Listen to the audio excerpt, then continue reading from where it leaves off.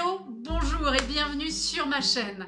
Vous savez que j'aime interviewer des personnes qui à mes yeux embellissent le monde, qui subliment le monde, qui nous inspirent aussi. Et aujourd'hui, j'ai donc décidé d'interviewer Caroline Eskenazi. Je la présente si vous ne la connaissez pas, elle est auteure et elle a publié de nombreux livres.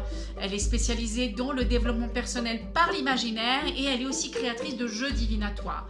Elle est actuellement publiée chez 100 000 Milles et surtout chez Erol. Et aussi chez Babylon, qui est sa propre maison d'édition. Un petit clin d'œil à Serge Gainsbourg, si ma mémoire est bonne. Elle a coécrit un livre avec Amandine Lagarde. Elle a écrit les 12 travaux d'Emeraude Kelly, qui est d'ailleurs traduit en plusieurs langues, qu'on peut retrouver dans plusieurs pays. Donc si vous avez des amis à l'étranger, ils peuvent le trouver. On a aussi ici, si tu redistribuais les cartes de ta vie. Et en plus petit dernier, celui qui vient juste de sortir, les 50 exercices pour devenir la meilleure version de vous-même. Et en juin, il y a une surprise qui sort. Il y a en plus de ça les tarots divinatoires, des oracles en fait.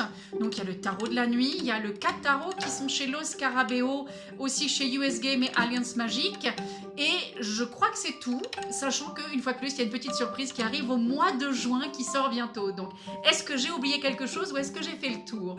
Non, pas du tout. Non, c'était très exhaustif, c'était très complet. Bravo, vraiment. Donc, tout d'abord, merci mille fois d'avoir accepté mon invitation. Merci d'être là avec moi pour éclairer le monde. Sans plus tarder, est-ce que, si tu veux bien, j'aimerais que tu nous racontes un peu la petite Caroline. Est-ce que tu voudrais bien nous dire comment tu as grandi, où tu as grandi, comment c'était dans ton enfance, juste pour que l'on ait un aperçu de qui tu étais avant de devenir la Caroline telle que tu es aujourd'hui. Alors, mon enfance, c'est une enfance particulièrement heureuse, particulièrement rose, particulièrement sucrée, particulièrement bourgeoise aussi. Je suis née à Paris. J'ai vécu à Paris toute mon enfance. Comme je le disais, je suis donc issue d'un milieu assez bourgeois. Et l'avantage d'être née dans un milieu bourgeois, c'est d'abord tout le confort matériel que ça m'a donné. J'ai vécu dans des endroits qui sont toujours très beaux, dans de très beaux appartements. J'ai eu la chance de pouvoir beaucoup voyager quand j'étais petite. J'ai découvert de nombreux pays parce que justement mes parents avaient un train de vie très appréciable. L'autre avantage aussi, c'est que ça m'a donné très tôt accès à la culture. Parce que mon père était un grand amateur de cinéma, donc il avait une très très belle vidéothèque, il y avait aussi des livres partout chez moi. Et ça fait que dès mes premières années, j'ai pu avoir accès à la culture et je me suis immergée là-dedans. Je me suis immergée dans le cinéma, dans la littérature, dans les arts, le théâtre, la danse, la musique. Et ça a été quelque chose qui a été à la fois un très grand privilège et en même temps, ça a été un élément fondateur de ma construction personnelle. Puisque, comme tu l'as dit tout à l'heure, moi je suis spécialiste du développement par l'imaginaire. Et tout ce vivier d'imaginaire, il s'est créé autour de moi dans mon enfance parce que j'ai eu accès à tant de merveilles dans la vidéothèque et dans la bibliothèque de mes parents. Et donc, j'ai une question. J'entends qu'en fait, c'était un apport, une foison au niveau culturel, au niveau artistique et à plein de niveaux. Mais est-ce que tu t'étais imaginé, toi, à l'époque, que tu deviendrais auteur ou quel était ton plan, quelle était ta destinée ? Non. Quand j'étais petite, j'aurais pas du tout imaginé que je ferais… Enfin, si, je savais que forcément, ce serait quelque chose de créatif. Donc ça, et quelque chose, si possible, de pailleté et de coloré. C'était un peu mes envies quand j'étais très petite. Après, en grandissant un petit peu, j'avais l'intention de faire du cinéma et je m'étais fixée comme objectif d'être Marilyn Monroe. Oui, parce qu'en plus, tu as fait des études ou une formation de cinématographe, n'est-ce pas ? J'ai fait des études de cinéma après mon bac. Mais donc, quand j'avais une dizaine d'années, je m'étais dit je serais Marilyn Monroe plus tard. Et c'est d'ailleurs pour ça que j'ai fait des études de cinéma après mon bac, parce que c'est vrai que le cinéma a été, comme je te le disais, une découverte de ma plus tendre enfance et j'ai été émerveillée par le cinéma. Et je me suis dit que pour moi, le cinéma, c'était la possibilité de recréer un univers à part entière et de le recréer avec toutes sortes de paillettes, toutes sortes de fantaisies, de magie, de féerie. Donc le cinéma m'a émerveillée quand j'étais gosse et c'est ça que j'ai voulu faire. Et c'est pour cela que tu es arrivée chez Disney à un moment donné ou pas ? Non, Disney, c'est arrivé un peu plus tard. C'était après mes études de cinéma. J'avais donc fait mes études et j'ai essayé de bosser un temps dans la prod. Et puis, il y a eu un moment où il fallait quand même que je paye mes factures. Et donc, tout le deal En fait, ce qui s'est passé, c'est que pour bosser dans le cinéma, il fallait soit avoir pas mal d'argent pour financer ses films, soit avoir pas mal de relations pour arriver à être placé sur un tournage, soit commencer par la toute petite porte en bas et faire des tas de boulots un peu ingrats comme les cafés, enfin faire les sandwichs, faire les cafés sur les tournages. Et grande mégalo que j'étais à 20 ans, moi j'avais décidé qu'il était hors de question que je fasse des petites tâches subalternes. J'avais décidé que je serais réalisatrice ou star mondiale ou rien. Donc je me refusais à faire ça. Et puis à un moment, j'ai quand même été rattrapée par la réalité parce qu'il fallait que je bouffe. Et c'est donc à ce moment-là que je me suis dit, qu'est-ce que je pourrais faire comme travail qui me permette, moi, justement, de me connecter à cette féerie que je recherche et qui, en même temps, puisse me faire gagner des ronds. Et c'est comme ça que je me suis dit, mais tiens, Disney, pourquoi pas, c'est pas bête. Après tout, j'adore cet univers, j'adore l'univers de Disney. Et si j'essayais d'aller bosser au Disney Store, et c'est comme ça. Le Disney Store des Champs-Élysées. Donc, merci de nous partager, de nous expliquer tout ça, puisque je pense que c'est important pour l'audience de savoir que même si tu viens d'un milieu bourgeois, que tu as grandi dans un environnement bourgeois, il a bien fallu que tu ailles gagner ta croûte, il a fallu que tu ailles chercher tes ressources pour pouvoir payer tes factures, que tu n'as pas eu une cuillère d'argent dans la bouche, ça t'est pas tombé tout seul. Il a fallu que tu construises ton indépendance, ton autonomie pour que tu en arrives là où tu es aujourd'hui. Et d'ailleurs, c'est là-dessus qu'on va enchaîner tout de suite, puisque j'aimerais bien que tu nous expliques, pour les personnes qui ne te connaissent pas, est-ce que tu peux nous décrire euh, ce que tu fais chaque jour avec tes propres mots? Chaque jour. Ça, c'est une très, très, très bonne question. À un niveau complètement littéral, chaque jour, je travaille, j'écris et j'œuvre. C'est vraiment ce que je fais chaque jour. Il ne se passe pas une journée sans que je fasse ça. Après, à un niveau un peu plus élevé, un peu plus spirituel, je te dirais que chaque jour, je tâche de faire de ma vie une féerie. Et que le fait de faire de ma vie une féerie, ça passe par ce travail, par ce fait d'œuvrer et cette création à laquelle je m'attelle chaque jour. Et donc, je suis curieuse, parce que j'entends bien que tu fais cela tous les jours, mais qu'est-ce qui t'a amené vers l'écriture telle que tu la pratiques aujourd'hui? Car tu nous expliques que tu le fais tous les jours, mais tu es passé par les cinématographies, tu as travaillé pour payer ton loyer, ta nourriture, etc. Qu'est-ce qui a basculé, qu'est-ce qui s'est produit qui t'a amené là, en fait? Ça s'est produit progressivement. Comme je te le disais, j'ai donc toujours baigné dans les arts. J'ai fait des études qui étaient des études de lettres et des études de cinéma. Et puis au sortir de là, j'ai donc travaillé dans la vente chez Disney. Et chez Disney, je m'intéressais à la création d'une gazette interne au magasin. Et c'est moi qui avais mené tout ce projet de créer une gazette qui permettrait d'écrire des articles sur les films de Disney. On retrouve l'écriture. D'accord. Et puis quand je suis sortie du Disney Store, j'ai eu l'opportunité de travailler dans la formation et dans le coaching et dans le développement personnel. Et c'est là que j'ai eu envie de créer mes propres outils. Et j'ai donc créé des outils qui s'appuyaient sur l'imaginaire. Mais le fil rouge de toutes ces expériences professionnelles et le fil rouge de ce parcours, ça a toujours été l'écriture. Mais j'ai mis du temps à m'en apercevoir. J'ai mis du temps à comprendre d'abord que toutes ces expériences hétéroclites, elles avaient un sens et qu'elles avaient justement une homogénéité et que leur point commun, leur dénominateur commun, c'était l'écriture. Et ça, c'est en 2011 à peu près que j'ai vraiment compris que l'écriture, c'est ce qui avait toujours été l'armature de mon parcours. Et c'est en 2011 que je me suis dit, mais maintenant, je vais évidemment garder tout ce que mes expériences m'ont appris. Je vais garder mon amour du cinéma, je vais garder tout ce que j'ai appris dans le développement personnel, tous les outils que j'ai créés dans le développement perso. Je vais tout garder, mais je vais mettre tout ça au service de l'écriture parce que moi, c'est comme ça que je prends mon pied. Donc, je reprends ce que tu viens de dire, parce que ce que j'entends, c'est qu'il y a un choix de dire, je vais pas faire de petits jobs subalternes, et en même temps, je vais quand même le faire parce que je garde en tête qu'il faut qu'il soit pétillant, émerveillant, magique pour moi.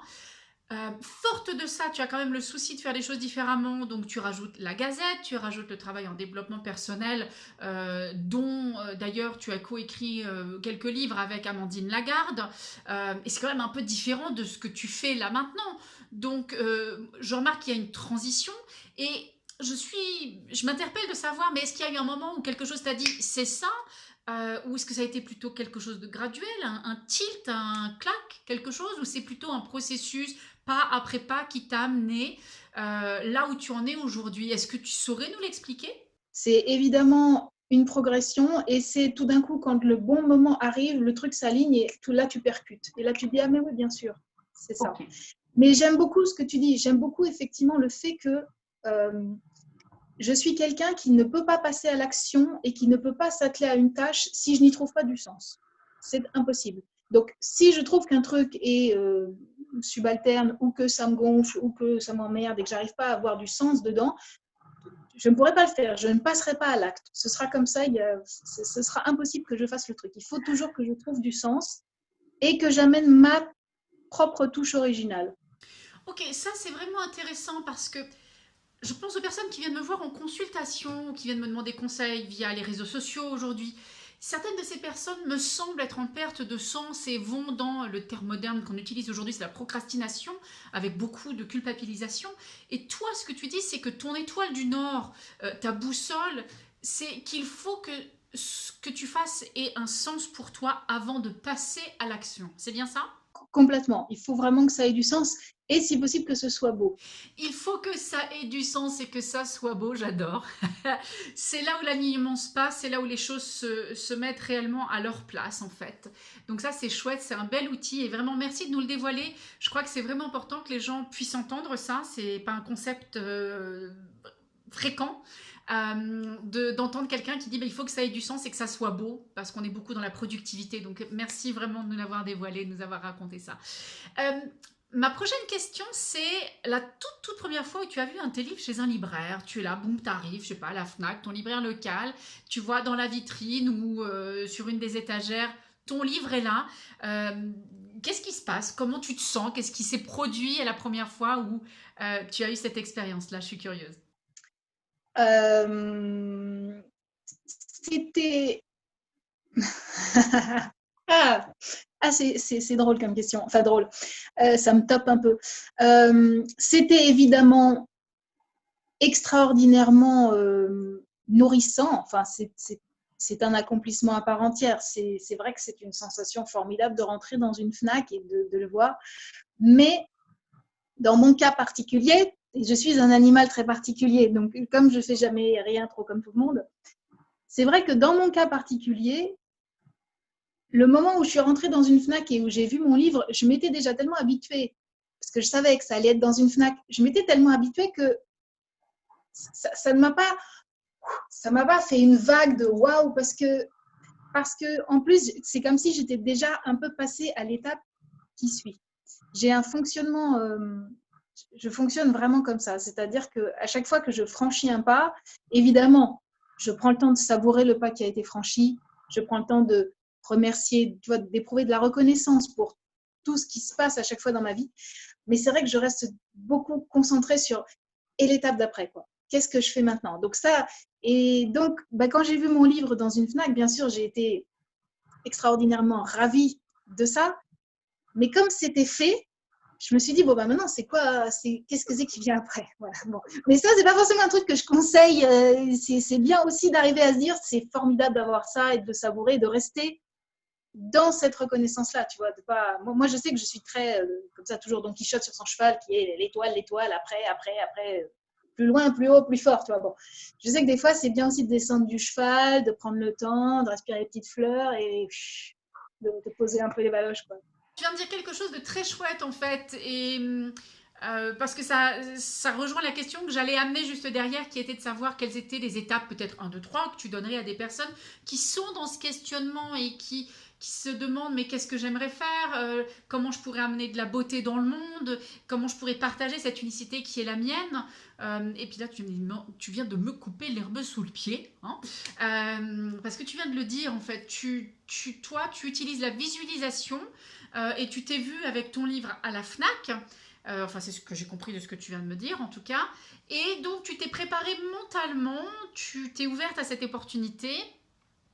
Et quand ça a été fait, tu t'as pris le temps de savourer. Tu t'es dit, voilà, je l'ai vu, voilà, c'est là, et je le savoure. J'essaye. J'y arrive pas toujours parce qu'il y a quand même un morceau de moi qui est toujours bon, ok, mais après. Et alors après, va plus loin. Et en même temps, ce que tu dis, c'est très humain, ça fait partie de qui nous sommes. On crée quelque chose et on est déjà en train de penser à la chose suivante. Les enfants, si tu penses à Noël, les enfants font ça de façon très régulière. Ils sont très très excités dans les 20 jours avant Noël, c'est leur cadeau, ouh, c'est la fête. Le jour de Noël arrive, ils arrachent le papier, ou pas d'ailleurs, il y en a qui ouvrent très sagement leur papier, ils regardent le cadeau, ils jouent avec pendant environ une demi-heure, et puis tout à coup, ils sont déjà en train de penser au cadeau qui va se rajouter à celui-ci lors de leur anniversaire. Notre cerveau est câblé comme ça, de ne pas être satisfait avec ce que nous avons maintenant. On s'habitue très rapidement aux choses que nous avons pour aller à l'étape suivante. Et en même temps, toi, ce que j'entends, c'est que tu essayes d'en extraire le nectar. Et ça, c'est vraiment la chose que je veux mettre ici en avant, c'est extraire le nectar, savourer, l'ancrer en soi pour goûter les bénéfices du travail qui a été fait. Donc pour en revenir à ma question, en tout cas, si tu avais des étapes 1, 2, 3, quelque chose comme ça, pour quelqu'un qui est perdu ou quelqu'un qui n'ose pas ou qui se sent bloqué, quel serait ton meilleur conseil pour passer le cap ou pour casser des croyances limitantes et dire, allez, je me lance? Je pense que je vais avoir du mal à répondre à cette question parce que qu'en réalité, j'ai pas beaucoup de blocage et je suis une pas pro du tout de la procrastination. Je sais pas ce que c'est quelque chose que je n'expérimente jamais dans ma vie. Et mais tu vois, c'est pas c'est même pas forcément en me lançant des fleurs que je dis ça, c'est vraiment un constat, c'est que je ne sais pas ce que ça veut dire tellement la procrastination, c'est un truc que j'expérimente pas beaucoup. Et dans ce cas-là, si je peux t'aider, parce qu'on se connaît un peu, toi et moi, tu as quand même écrit un livre qui s'intitule Les 50 exercices pour devenir la meilleure version de vous-même, et que je sais que c'est un outil que tu utilises pour faire bouger les choses pour toi. Est-ce que tu voudrais nous en parler un petit peu? Ah oui, alors ça par contre, oui, complètement. Ça, c'est vrai que ce que je développe dans ce livre, les 50 exercices pour devenir la meilleure version de vous-même, c'est vraiment ce que j'ai été explorer depuis que je travaille dans le développement personnel et dans le coaching, à savoir comment est-ce qu'on peut s'inspirer de son héros préféré ou même par extension de n'importe quel héros qu'on va aller piocher dans la mythologie collective ou individuelle, comment est-ce qu'on peut s'aider de ce héros pour avancer soi-même et surmonter ses problématiques au quotidien. Alors ça, c'est vraiment parce que l'idée de faire ça, ça m'est venu quand j'étais adolescente, où justement, moi, j'étais fille unique, je me sentais de ce fait un peu plus isolée qu'un enfant qui a des frères et sœurs. Et donc, pour combler ça, c'est vrai que j'ai très, très vite mis en place dans ma vie ce principe de me dire, tiens, moi, je suis dans tel questionnement dans ma vie, comment ferait à ma place Scarlett O'Hara ou Cyrano ou Peter Pan, qui étaient des héros phares pour moi. Et ça m'a beaucoup inspirée. Et à partir du moment où moi, ça m'a beaucoup inspirée, je me suis dit, mais ça devrait pouvoir inspirer d'autres personnes aussi. Et c'est ça que j'ai énormément développé. C'est ça que je développe dans les 50 exercices. C'est ça que j'avais développé auparavant dans Emerald Kelly, les 12 travaux d'Emerald Kelly. C'est ce principe d'aller s'inspirer d'un élément tiré de l'imaginaire, qui peut être donc le parcours d'un héros, mais ça peut être aussi l'histoire d'un film ou l'histoire d'un conte, ou ça, d'aller s'inspirer de ça et de détourner cet élément qu'on va prendre dans l'imaginaire pour le ramener dans la réalité et pour nous aider à passer à l'action. Je te remercie de l'avoir dit et j'aimerais bien faire un lien avec les tarots divinatoires puisqu'en ce moment sur Instagram tu fais des tirages tous les jours, n'est-ce pas? Et d'ailleurs hier j'ai choisi la carte numéro 1 et c'était pile la bonne carte pour moi. Donc cet imaginaire, comment est-ce qu'il se transcrit là aussi? Comment les héros de ces cartes viennent t'amener quelque chose, viennent faire bouger quelque chose, peut-être pour toi et pour les autres aussi, parce que je me doute que tu as des retours sur ce que tu fais. Est-ce que tu pourrais nous en dire plus là-dessus? Pourquoi moi j'ai été attirée par les jeux divinatoires? Je ne sais pas exactement. Maintenant, j'ai un début de réponse, sans doute parce que les jeux divinatoires, c'est le mélange des mots et de l'image. Donc, si tu regardes mon parcours, les mots et l'image, voilà, le cinéma, la littérature, ce sont des choses importantes pour moi, donc c'est complètement raccord. Et les jeux divinatoires, c'est le mélange du mot et de l'image pour offrir un support inspirant. C'est exactement ce que moi je fais tous les jours, c'est ça mon métier. Mon métier, c'est de mêler des mots et des images. Alors, je les véhicule moi au travers de mes romans, au travers de ce que j'écris, mais c'est quand même vraiment ça, de mêler des mots et des images pour que ça devienne un outil inspirant.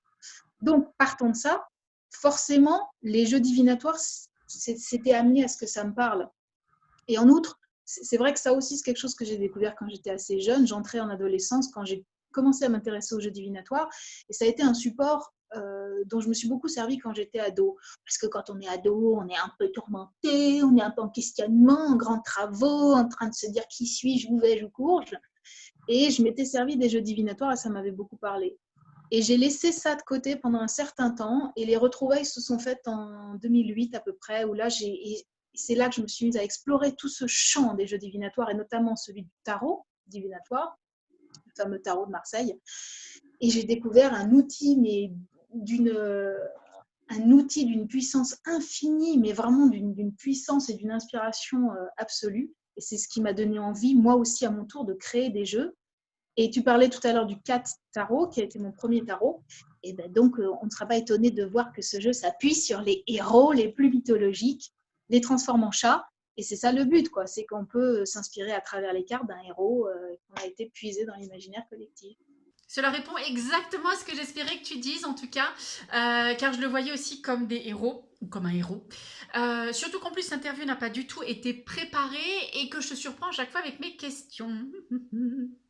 Et je suis curieuse, est-ce que tu as déjà pensé ce qui serait arrivé si tu ne faisais pas ce métier-là, si tu n'étais pas auteur, écrivain d'ailleurs, en fait, on dit écrivain ou écrivaine?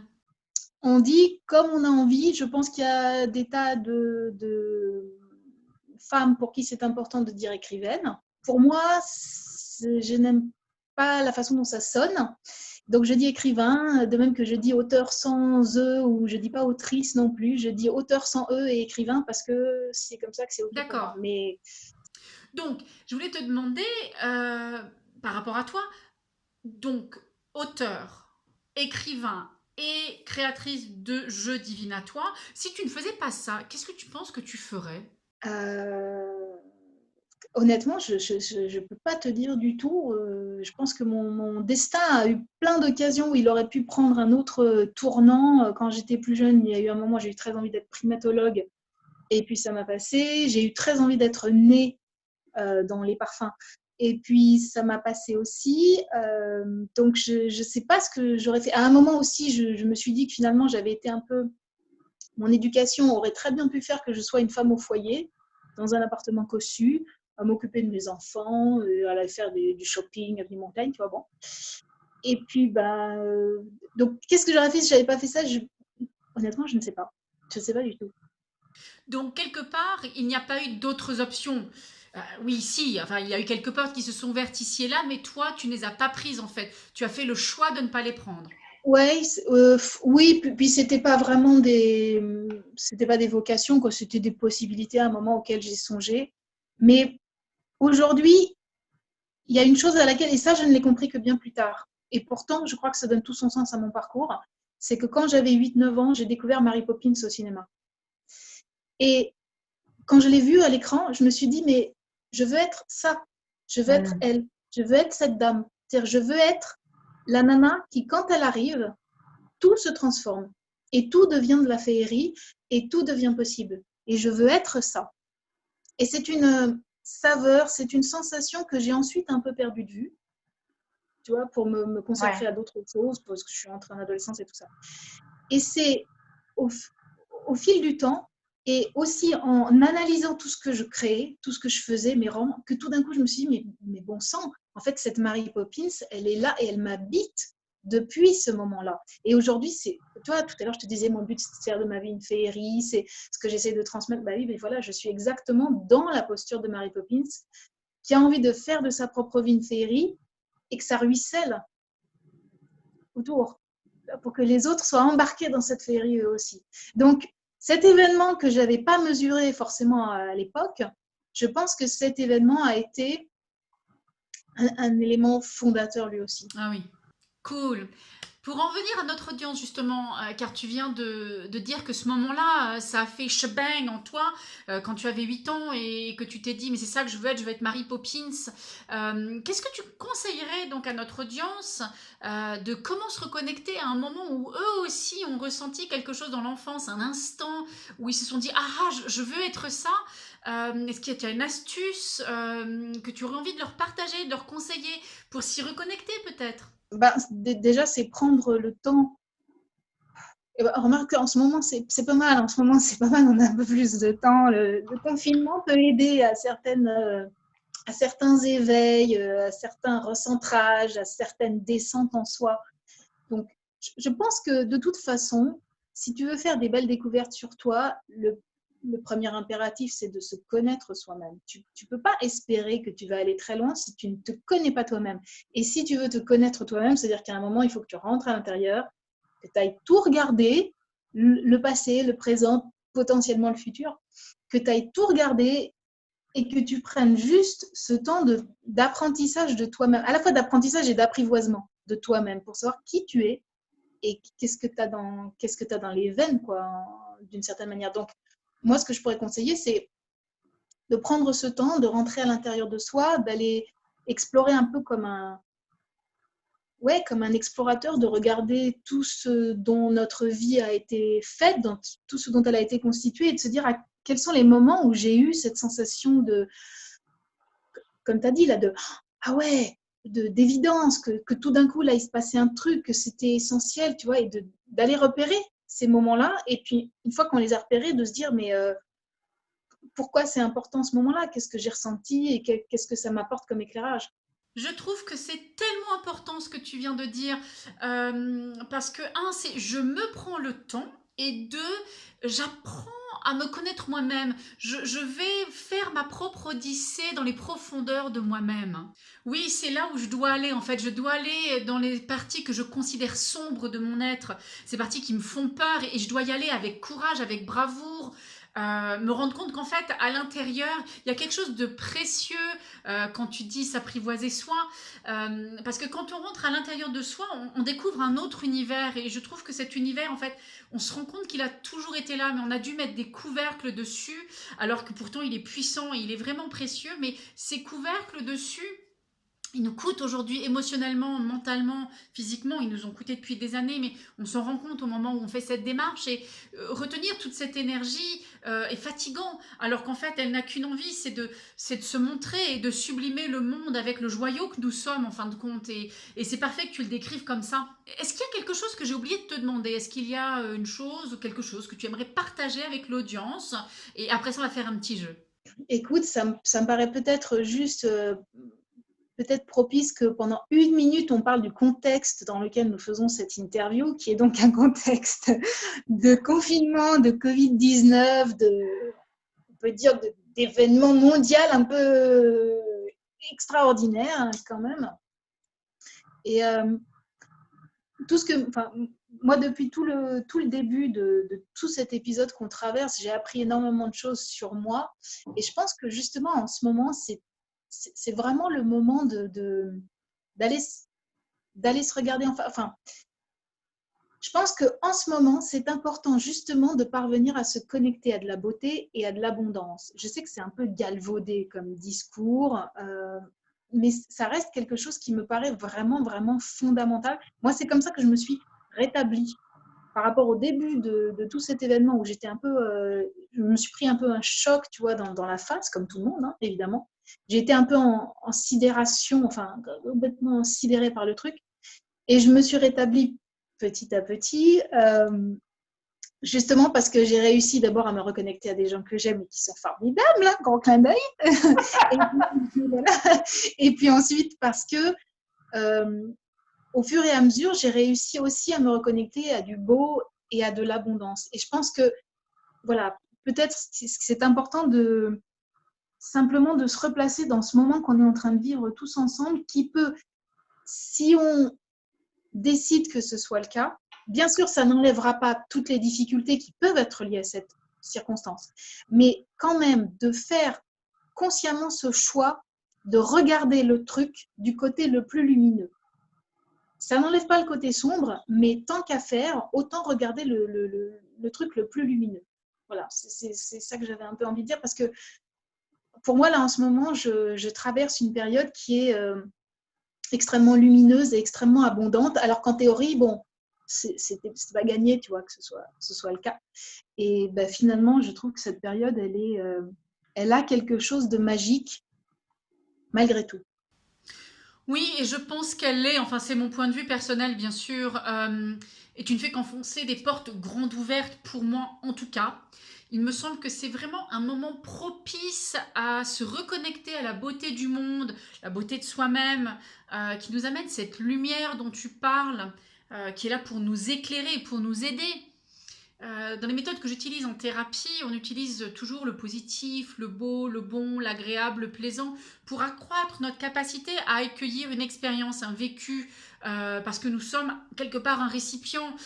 Si j'essayais de mettre l'eau d'une baignoire dans ce verre, je serais très embêtée puisque le verre est un peu trop petit. Par contre, si j'arrive à élargir la capacité du verre à la taille d'une baignoire ou même plus grand, ce qui va pouvoir se passer, c'est que ça va pouvoir contenir l'eau de la baignoire, que cette eau de la baignoire soit très propre ou qu'elle soit sale.